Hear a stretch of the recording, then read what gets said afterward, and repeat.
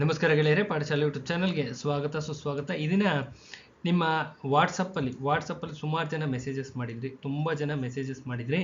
So answer to your comments ನೋಡ್ತಾ ಹೋಗೋಣ. ಯಾರ್ಯಾರು ಏನೇನು ಮೆಸೇಜ್ ಮಾಡಿದರೆ ಅದಕ್ಕೆ ರಿಪ್ಲೈ ಒಂದೇ ಸತಿ ವಿಡಿಯೋದಲ್ಲೇ ಹೇಳ್ತೀನಪ್ಪ. ಎಲ್ಲರಿಗೂ ರಿಪ್ಲೈ ಹಾಕ್ಲಿಕ್ಕೆ ಖಂಡಿತವಾಗ್ಲೂ ಆಗೋದಿಲ್ಲ, ಅರ್ಥ ಆಗುತ್ತಲ್ಲ. ಖಂಡಿತವಾಗ್ಲೂ ಅಷ್ಟೊಂದು ಜನಕ್ಕೆ ರಿಪ್ಲೈ ಹಾಕ್ಲಿಕ್ಕೆ ಆಗೋದಿಲ್ಲ. ಅದಕ್ಕೋಸ್ಕರ ಇನ್ನು ಶಿಮೂಲ್ ಎಕ್ಸಾಮ್ ಯಾವಾಗ ಅಂತ ತುಂಬ ಜನ ಕೇಳಿದ್ದೀರಾ. ಇನ್ನು ಬಳ್ಳಾರಿ DC ಬ್ಯಾಂಕ್ ರೀನೋಟಿಫಿಕೇಶನ್ ಯಾವಾಗ ಅಂತ ತುಂಬ ಜನ ಕೇಳಿದ್ದೀರಾ. ವೀರಶೈವ ಕೋಆಪರೇಟಿವ್ ಬ್ಯಾಂಕ್ ಎಕ್ಸಾಮಿನೇಷನ್ ಇದ್ರದ್ದು ಅಪ್ಲಿಕೇಶನ್ ಡೇಟು, ವೀರಶೈವ ಕೋಆಪರೇಟಿವ್ ಬ್ಯಾಂಕ್ದು ಅಪ್ಲಿಕೇಶನ್ ಆಗ್ತಕ್ಕಂಥ ಡೇಟು ಇನ್ನೂ ಒಂದ್ಸತಿ ಹೇಳ್ತೀನಿ. ವೀರಶೈವ ಕೋಆಪರೇಟಿವ್ ಬ್ಯಾಂಕ್ದು ಅಪ್ಲಿಕೇಶನ್ ಆಗ್ತಕ್ಕಂಥ ಡೇಟ್ ಆಲ್ಮೋಸ್ಟ್ ಎಂಡಿಂಗಲ್ಲಿದೆ ಅಂತ ಅನ್ಸುತ್ತೆ. ಒಂದ್ಸತಿ ನೋಟಿಫಿಕೇಶನ್ ಚೆಕ್ ಮಾಡ್ಕೊಂಡು ಯಾರಿಗಾರ ಅವಶ್ಯಕತೆ ಇದ್ದರೆ ಅಪ್ಲೈ ಮಾಡ್ಕೊಳ್ಳಿ, ಅರ್ಥ ಆಗುತ್ತಲ್ಲ. ನೆಕ್ಸ್ಟು ಇನ್ನು ನಮ್ಮಲ್ಲಿ ಹೈ ಲೆವೆಲ್ ಸಕ್ಸಸ್ ಆಗಿರ್ತಕ್ಕಂಥ ನೋಟ್ಸ್ ಇದೆ, ಅದ್ರ ಬಗ್ಗೆ ಡೀಟೇಲ್ಸ್ ಹೇಳ್ತೀನಿ. ಇದೆಲ್ಲನೂ ವಿಡಿಯೋನ ಕಂಪ್ಲೀಟಾಗಿ ವಾಚ್ ಮಾಡಿ, ಇಷ್ಟು ಮಾಹಿತಿ ಸಿಗುತ್ತೆ ನಿಮಗೆ. ಇನ್ನು ಯಾರಿಗಾರ ನೋಟ್ಸ್ ಅವಶ್ಯಕತೆ ಇದ್ದರೆ ಈ ನಂಬರ್ ಕಾಂಟ್ಯಾಕ್ಟ್ ಮಾಡಿ, ಅರ್ಥ ಆಗುತ್ತಲ್ಲ. ನೆಕ್ಸ್ಟ್, ಇದು ನಮ್ಮ ಚಾನಲ್ನ ಡಿಸ್ಕ್ರಿಪ್ಷನ್ ಬಾಕ್ಸ್ ಅಪ್ಪ. ಇದು ಚಾನಲ್ ಏನಿದು ಡಿಸ್ಕ್ರಿಪ್ಷನ್ ಬಾಕ್ಸ್ ಅಂತೇಳಿ ಕರಿತೀವಿ. ಇದರಲ್ಲಿ ಸುಮಾರು ನಂಬರ್ ಆಫ್ ವಿಡಿಯೋಸ್ ಇದ್ದಾವೆ. ಈ ವಿಡಿಯೋಸಲ್ಲಿ ಏನೇನಿದಾವಪ್ಪ ಅಂದರೆ ನಮ್ಮ ನೋಟ್ಸಿಂದ ಬೇರೆ ಬೇರೆ ಎಕ್ಸಾಮ್ಸಲ್ಲಿ ಎಷ್ಟು ಕ್ವಶನ್ಸ್ ಬಂದಿದ್ದಾವೆ, ಕ್ಲಿಯರಾಗಿ ಹೇಳ್ತಾ ಇದ್ದೀನಿ, ನಮ್ಮ ನೋಟ್ಸಿಂದ ಬೇರೆ ಬೇರೆ ಎಕ್ಸಾಮ್ಸಲ್ಲಿ ಎಷ್ಟು ಕ್ವಶನ್ಸ್ ಬಂದಿದ್ದಾವೆ ಅಂತ ವಿತ್ ಪ್ರೂಫ್ ಹಾಕಿದ್ದೀವಿ. ಯಾರು ಹಾಕೋದಿಲ್ಲ, ನಾವು ಹಾಕಿದ್ದೀವಿ. ವಿತ್ ಪ್ರೂಫ್ ಹಾಕಿದ್ದೀವಿ ಎಷ್ಟೆಷ್ಟು ಕ್ವಶನ್ ಬಂದಿದ್ದಾವೆ ನಮ್ಮ ನೋಟ್ಸಿಂದ ಅಂತ ಫೋಟೋ ಹೊಡೆದು ಹಾಕಿದ್ದೀವಿ. ಸುಮಾರು ಜನ ಸ್ಯಾಂಪಲ್ ನೋಟ್ಸ್ ಬೇಕು ಅಂತ ಮೆಸೇಜ್ ಮಾಡಿದ್ರಲ್ಲಪ್ಪ, ಇಲ್ಲೇ ಸಿಗುತ್ತೆ. ಈ ವಿಡಿಯೋ ಒಳಗಡೆ ಎಂಟ್ರ್ ಆದರೆ ಆ ಕ್ವಶನ್ ಆನ್ಸರ್ ಸಾಲ್ವ್ ಮಾಡಿರ್ತೀವಲ್ಲ, ಅದೇ ನಮ್ಮ ನೋಟ್ಸಿಂದಾನೇ ಬಂದಿರತಕ್ಕಂಥದ್ದೇ ಸ್ಕ್ರೀನ್ಶಾಟ್ ತೆಗೆದು ಹಾಕಿರ್ತೀವಿ. ಇದರಲ್ಲಿ ಎಲ್ಲವೂ ಮಾಹಿತಿ ಇದೆ. ಇದನ್ನು ನೋಡ್ಕೊಳ್ಳಿ ದಯವಿಟ್ಟು. ನಿಮ್ಮ ಸ್ಯಾಂಪಲ್ ನೋಟ್ಸು ತುಂಬ ಜನ ಮೆಸೇಜ್ ಮಾಡಿದರೆ ಸ್ಯಾಂಪಲ್ ನೋಟ್ಸ್ ಬೇಕು ಅಂತ. ಆ ಸ್ಯಾಂಪಲ್ ನೋಟ್ಸು ಇಲ್ಲಿ ಚೆಕ್ ಮಾಡ್ಕೊಳ್ಳಿ. ಇಲ್ಲಿ ಚೆಕ್ ಮಾಡಿಕೊಂಡ್ರೆ ಕ್ಲಿಯರ್ ಕಟ್ಟಾಗಿ ಕಾಣುತ್ತೆ. ಪ್ಲಸ್ ಎಷ್ಟು ಕ್ವಶನ್ಸ್ ಬಂದಿದ್ದಾವೆ 200 ಮಾರ್ಕ್ಸ್ಗೆ ಎಷ್ಟು ಕ್ವಶನ್ಸು ನಮ್ಮ ನೋಟ್ಸಿಂದ ಬಂದಿದ್ದಾವೆ ಅಂತ ಎಲ್ಲವೂ ವಿತ್ ಪ್ರೂಫ್ ಇದ್ದಾವೆ. ಚೆಕ್ ಮಾಡ್ಕೊಳ್ಳಿ. ಹೈ ಲೆವೆಲ್ ಸಕ್ಸಸ್ ಆಗಿರ್ತಕ್ಕಂಥ ನೋಟ್ಸು.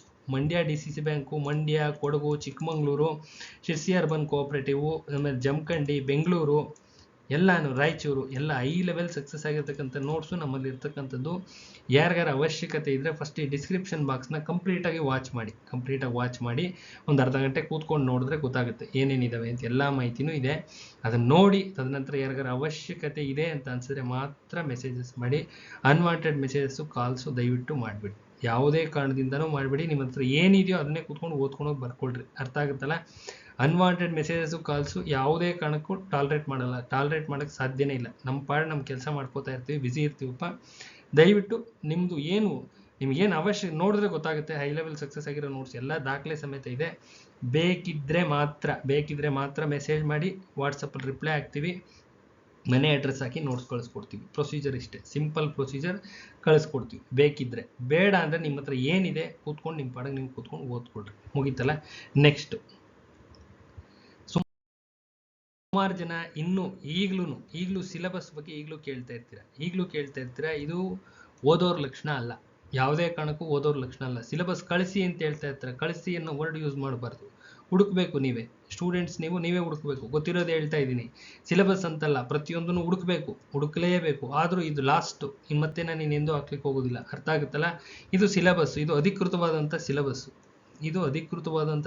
ಅಧಿಕೃತವಾದ ಸಿಲೆಬಸ್ನ ನೋಟಿಫಿಕೇಶನಲ್ಲೇ ನೋಡಬೇಕು, ಗೂಗಲ್ ಮಾಡಬಾರ್ದು, ಅರ್ಥ ಆಗುತ್ತಲ್ಲ. ಅಧಿಕೃತವಾದ ವೆಬ್ಸೈಟ್ಗೆ ಹೋಗಬೇಕು. ಆ ವೆಬ್ಸೈಟಲ್ಲಿ ಕ್ಲಿಯರ್ ಕಟ್ಟಾಗಿ ಕೊಟ್ಟಿರ್ತಾರೆ. ಅಧಿಕೃತವಾದಂಥ ಆ ಬ್ಯಾಂಕ್ ಅಥವಾ KMF ವೆಬ್ಸೈಟ್ಗೆ ಹೋದರೆ ಅದರಲ್ಲಿ ಕ್ಲಿಯರ್ ಕಟ್ಟಾಗಿ ಕೊಟ್ಟಿರ್ತಾರೆ.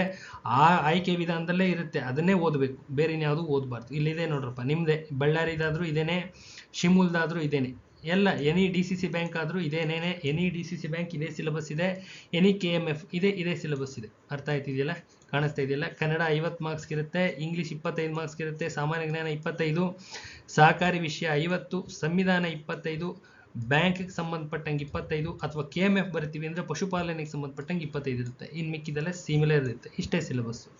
ಇನ್ನು ಅಟೆಂಡರ್ ಪೋಸ್ಟ್ ಸುಮಾರು ಜನ ಮೆಸೇಜ್ ಮಾಡ್ತಾ ಇದ್ರಿ. ಕನ್ನಡ ಆ್ಯಂಡ್ ಸಾಮಾನ್ಯ ಜ್ಞಾನ 50 ಮಾರ್ಕ್ಸ್ಗೆ ಇರುತ್ತೆ. ಕೂತ್ಕೊಂಡು ಓದ್ಕೊಳ್ರಿ, ಅರ್ಥ ಆಯ್ತಲ್ಲ. ನೆಕ್ಸ್ಟ್,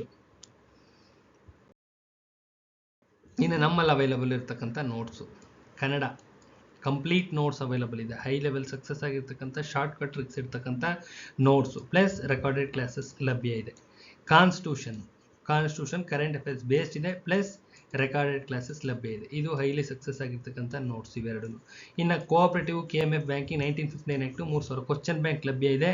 ಇದಕ್ಕೆ ಸಂಬಂಧಪಟ್ಟಂತ ರೆಕಾರ್ಡೆಡ್ ಕ್ಲಾಸಸ್ ಲಭ್ಯ ಇದೆ. ಇದು ಮಾತ್ರ ಫ್ರೀ ಇರುತ್ತಪ್ಪ. Cooperative KMF banking 1959 act notes ನ ಪರ್ಚೇಸ್ ಮಾಡಿದ್ರೆ ಇದರ ರೆಕಾರ್ಡ್ ಕ್ಲಾಸಸ್ ಫ್ರೀ ಇರುತ್ತೆ. ಈ ಕಾನ್ಸ್ಟಿಟ್ಯೂಷನ್ದು ಕನ್ನಡ ಅಂಡ್ GK ಪೇಡ್ ಇರುತ್ತೆ. ಕ್ಲಿಯರ್ ಆಗಿ ಹೇಳಿದ್ದೀನಿ. ಇನ್ನು GK ರೆಕಾರ್ಡೆಡ್ ಕ್ಲಾಸಸ್ಸು, ಇದು recorded classes GK plus current affairs ಕೇವಲ ರೆಕಾರ್ಡೆಡ್ ಕ್ಲಾಸಸ್ ಮಾತ್ರ ಇರುತ್ತೆ. GK and current affairs. Kannada constitution cooperative complete printed notes ಮನೆಗೆ ಸೆಂಡ್ ಆಗುತ್ತೆ.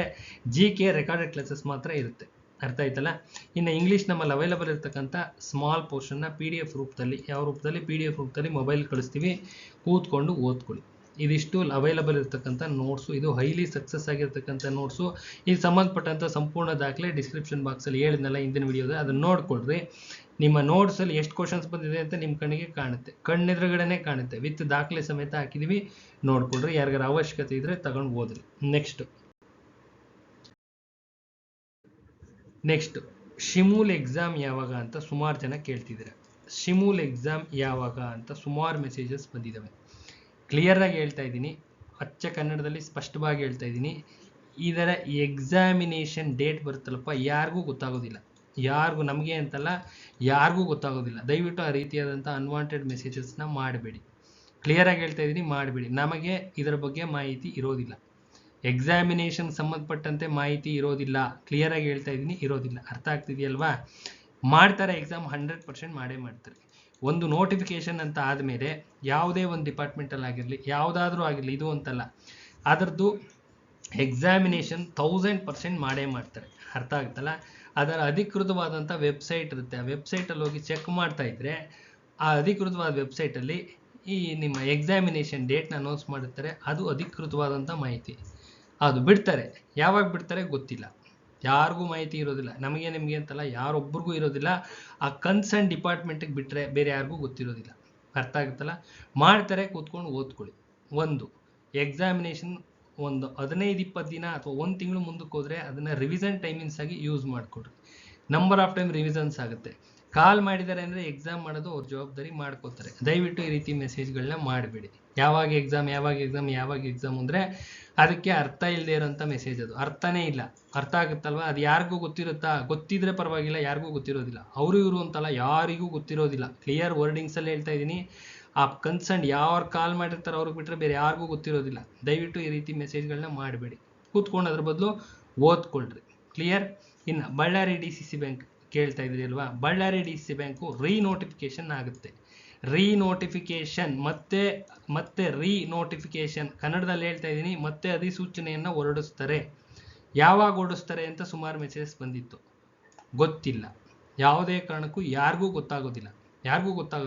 ಈ ರೀತಿ ಮೆಸೇಜ್ಗಳಿಂದ ಯಾರಿಗೂ ಲಾಭ ಇಲ್ಲ. ಅರ್ಥ ಆಗುತ್ತಲ್ಲ? ಯಾರಿಗೂ ₹1 ಲಾಭ ಇರೋದಿಲ್ಲ. ಯಾಕಂದ್ರೆ ಯಾರಿಗೂ ಗೊತ್ತಿರೋದಿಲ್ಲ. ಅವರು ಇವರು ಅಂತ ನಾನು ಯಾರ್ದು ಹೇಳ್ತಿಲ್ಲ.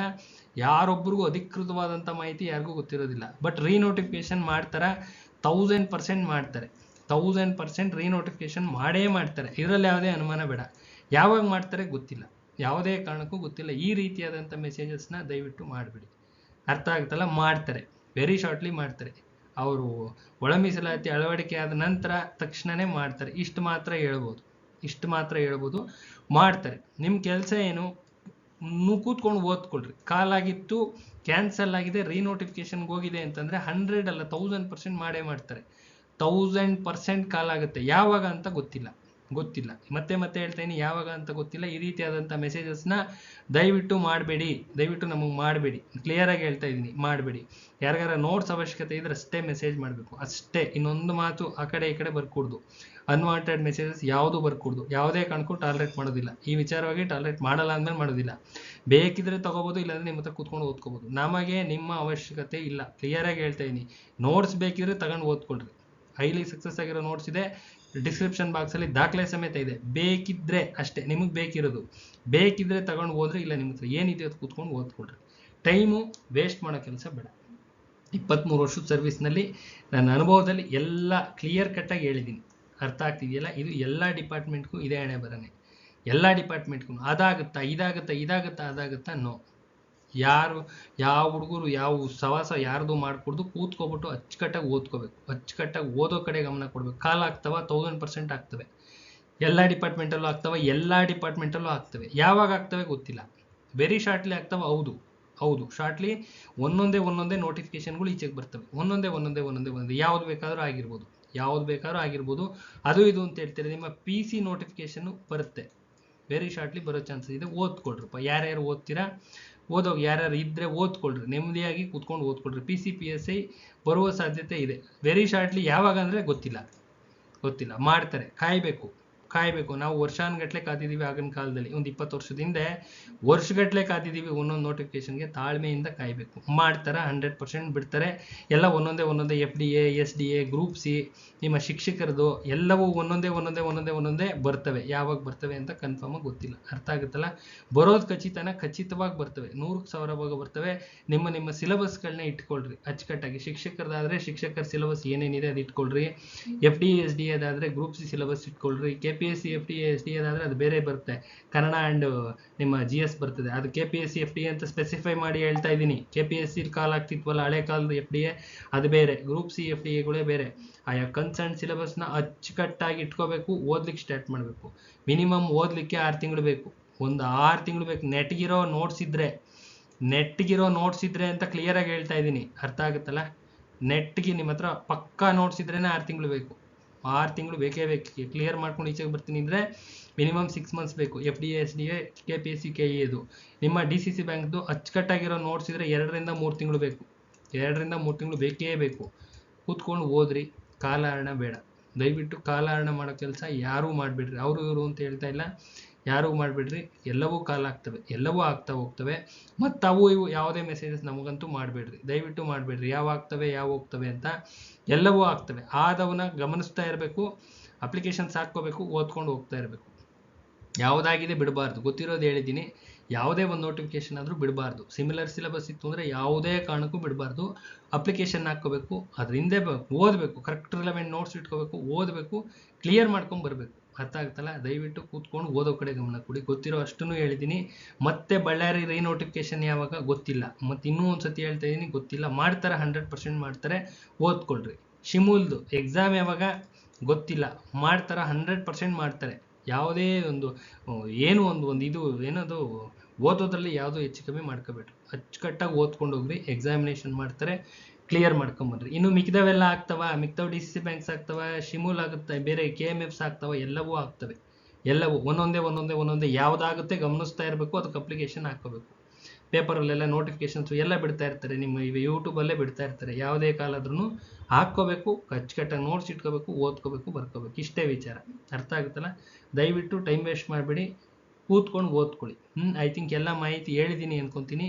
ಅಧಿಕೃತವಾದಂಥ ಮಾಹಿತಿ ಇದು, ಸತ್ಯ. ನಾನು ಹೇಳ್ತಾ ಇರೋದು ಸತ್ಯ. ಕೂತ್ಕೊಬಿಟ್ಟು ಓದ್ಕೊಳ್ರಿ, ಓದೋ ಕಡೆ ಗಮನ ಇರಲಿ. ಒಳ್ಳೇದಾಗ್ಲಪ್ಪ, ಎಲ್ಲರಿಗೂ ಒಳ್ಳೇದಾಗಲಿ. ಯಾರಿಗಾರ ನೋಟ್ಸ್ ಅವಶ್ಯಕತೆ ಇದ್ದರೆ ಮಾತ್ರ ಮೆಸೇಜ್ ಮಾಡಿ, ಇಲ್ಲಾಂದರೆ ದಯವಿಟ್ಟು ಮೆಸೇಜಸ್ ಅನ್ವಾಂಟೆಡ್ ಬೇಡ. ಅರ್ಥ ಆಗುತ್ತಲ್ಲ? ಓದ್ಕೊಳ್ರಿ. ಒಳ್ಳೇದಾಗ್ಲಪ್ಪ.